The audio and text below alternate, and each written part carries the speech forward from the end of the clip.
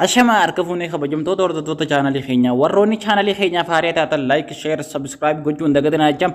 odeeffannoolee guyyaa irraa eegallee jirra odeeffannoolee guyyaa irraa irratti sirni Abiyyi Ahmad guyyuma guyyaadhaan kufaa akka jira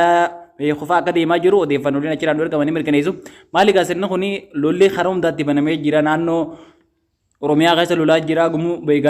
Gaambellaa keessa lolaa jira naannolee hunda keessa lolaa jira kana acha Tigray Defense Force gubbaa qaccafaqaa jirte kana acha sirni kun kufaatiin isaa guyyuma guyyaan akka saffisaa jiru odeeffannooleen keessaan waa argamanii mirkaneessu amma sirni Abiyyi jiguudhaaf Finfinnee bichaan to'atamuudhaaf akka hafetti odeeffannooleen ba'aa jiranii mirkaneessu jechuudha. Odeeffannoon itti aanu qeerroon Oromoo guyyaa irraan tanaa wareegamuu artistii keenya jaalatamaa fi kabajamaa Eebbisaa Addunyaa guyyaa inni wareegame yaadannoo isaa tiishartii suuraa isaa qabu uffachuudhaan kabajaa ooluun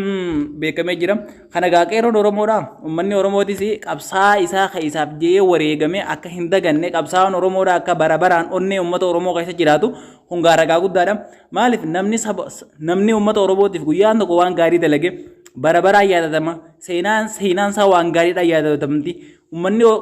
akka uummata Oromooti wareegametti yaadatama kana acha uummanni keenya qabsaa'ota jabeeffachuu haaluma kanaan itti fufuu qaba hungaa waan gaariidha qabsaa'ota keenyaafis habilee gaariidha maaliif yoo qabsoo saba keetiitti wareegamte uummanni keenya bara baraan siyaada kanaaf uummata akkatti qabsaa'ota isaan daganne kanaaf uummata kanaaf qabsaa'uun hedduu takka akka namatti tolu uummanni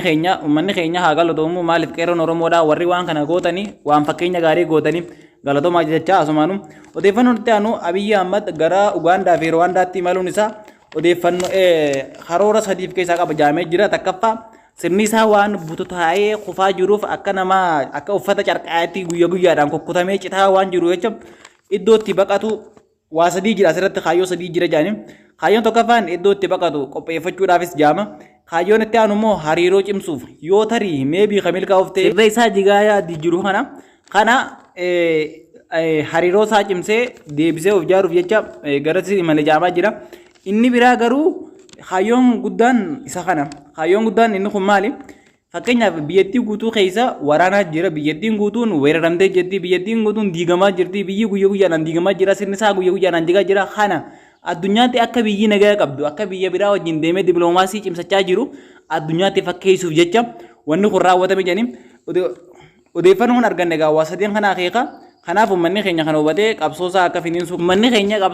finiinsu asumaan odeeffannoo kana akka argataniif uummata keenyaaf qonne odeeffannoon itti aanu ijoolleen Oromoo Suudii Arabiyaa keessatti hiraarfamaa mana hidhaa keessatti mana hidhaa Suudii Arabiyaan